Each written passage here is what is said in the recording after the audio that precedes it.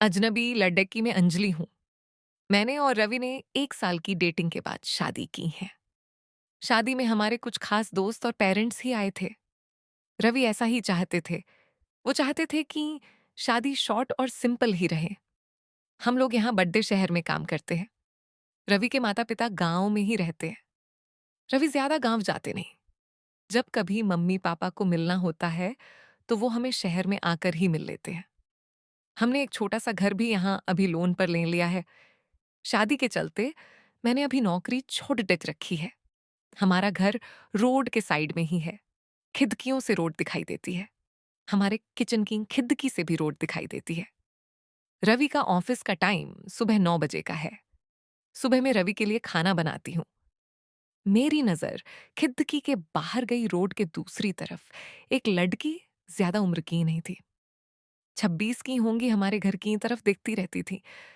पहले दिन मैंने सोचा कि कोई होंगी, लेकिन वो 3 से 4 दिन लगातार आती मुझे दिखाई दी।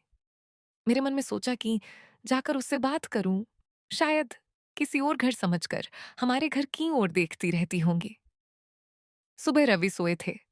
वो फिर वहीं दूर खड़दी दिखाई, फिर और हमारे घर की ओर देख रही थी। इस बार मैं बाहर गई। उसने आते मुझे अपनी ओर देखा और घबरा गई। मैंने उसे पूछा, क्यों, आपको क्या परेशानी है, आप किसे ढूंढ रही हैं? वो घबराई हुई बोली, रवि यही रहता है। मैंने बोला, हाँ, आप कैसे जानती हैं? वो इतना सुनकर घबरा कर चली गई। मैंने पीछे से उसे आवाज दी, पर उसने सुना नहीं। मैं अपने घर में वापस आ गई। मेरे आने पर रवि उठ गए थे। पूछा, कहाँ गई थी? मैंने बोला, पता नहीं, एक लड़की है, वो हमारे घर की तरफ देखती रहती है।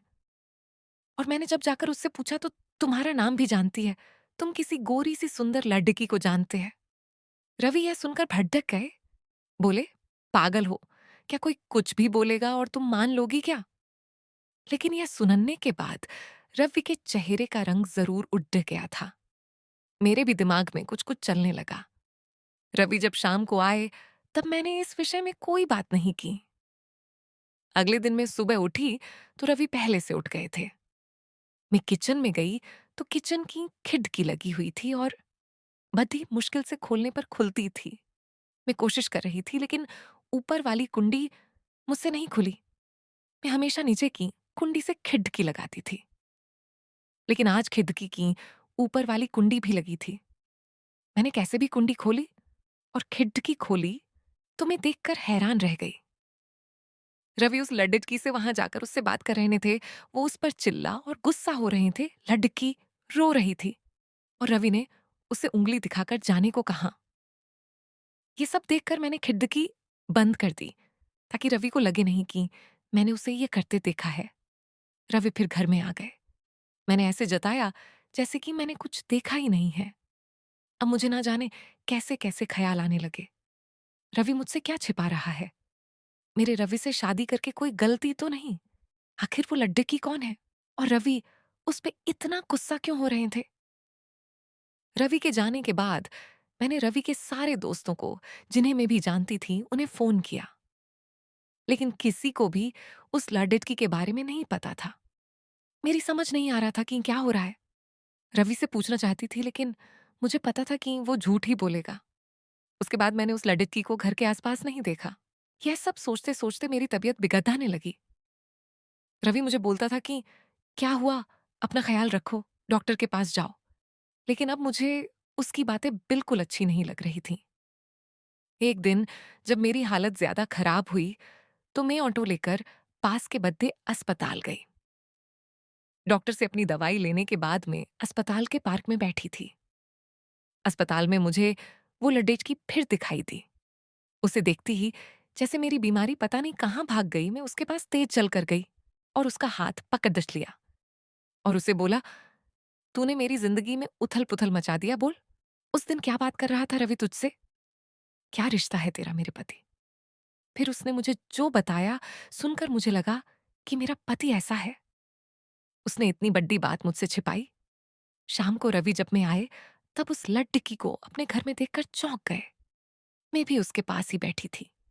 रवि उसकी तरफ देखकर बोले कि अच्छा, तो तूने इसे सब बता दिया? मना किया था दूर रहने को मेरी फैमिली से।